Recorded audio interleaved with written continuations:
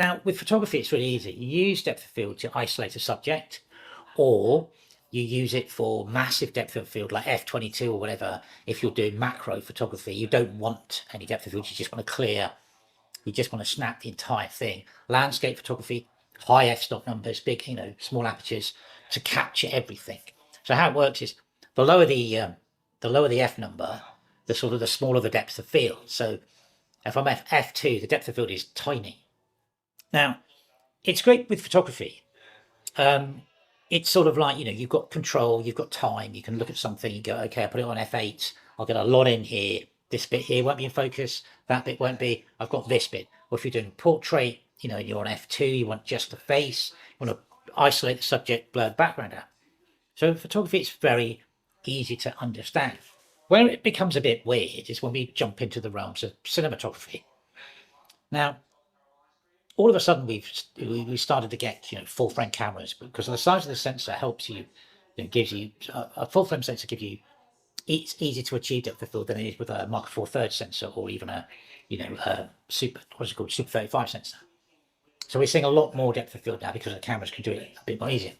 But it is, as I stated at the beginning, a sort of creative choice. And it is, I was doing something the other day and someone said, oh, I want everything to look cinematic. So what do you mean by that then? Well, so I went with the backgrounds blurred out. Well, that's not strictly true, is it?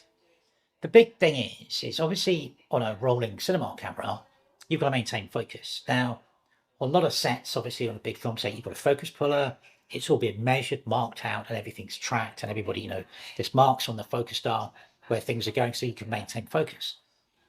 There are certain situations where someone wants this background and you've got to film somebody and they're moving in and out of a shot like this. So if you've got a blurry background and you're say on f1, f1.2 or f2, you're going to have an incredibly difficult time keeping that person in focus, because you're on huge sensors now. So this is being shot in 8K.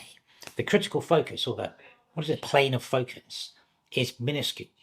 So as a person moves backwards and forwards, as they talk to you in an interview and you've got that blurry background, they'll be out of focus. Part of them, the nose will be in focus, but by the time you get to the ear will be out of focus. So this area here, as they move, they rock, they adjust, and trying to pull focus, trying to match focus manually without the dials on the side of these SLR lenses